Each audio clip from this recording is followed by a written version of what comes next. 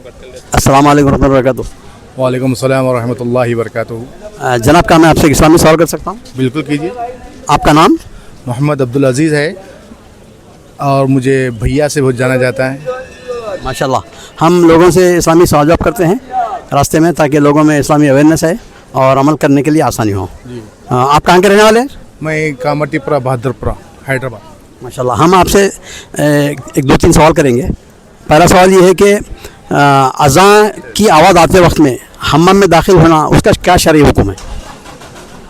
जब अज़ान की आवाज़ आए तो हम्माम में जाने से रुक जाएं और अज़ान के कलिमत अदा करें, और सख्त ज़रूरत है जाने की तो अंदर चले जाएं और दिल में जो है अज़ान की कलिमत अदा कर लें। ये हुक्म शायद हो सकता है। माशाल्लाह, सही कहा आपने।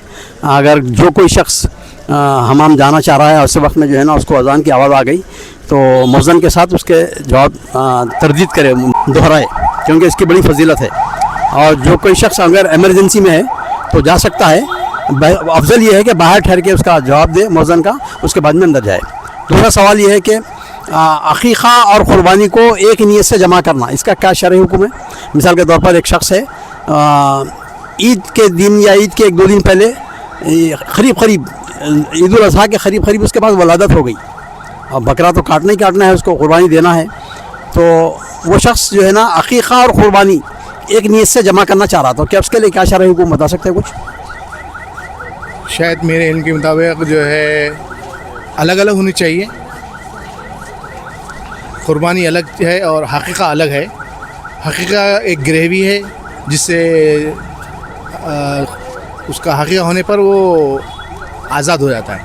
मेरे इल्म के मुताबिक ये है। माशाल्लाह, सही कहा आपने। अक़ीक़ा जो है ना, अक़ीक़े के बदले उसकी बच्चे की जान गिरवी रहती है जी। तो जब उसकी अक़ीक़ा हो जाता तो आज़ाद हो जाता है बलायात वगैरह से। और दूसरा जो है ना क़ुरबानी एक अलग हुक्म है जी। तो अगर साहिब इस्तिताअत है वो आदमी तो क़ुरबानी अलग करे और अक़ीक़ा अलग करे। नहीं, उसके पास साहिब इस्तिताअत नहीं, दोनों को जमा भी कर सकता है। जमहूर उलमा कहते हैं कि अलग अलग करना, लेकिन इमाम अबू हनीफ़ा का रहमतुल्लाह अलैह का ख़ौल है कि एक साथ भी कर सकते हैं। बारकल्लाह फ़ीक, जज़ाकल्लाह खैर।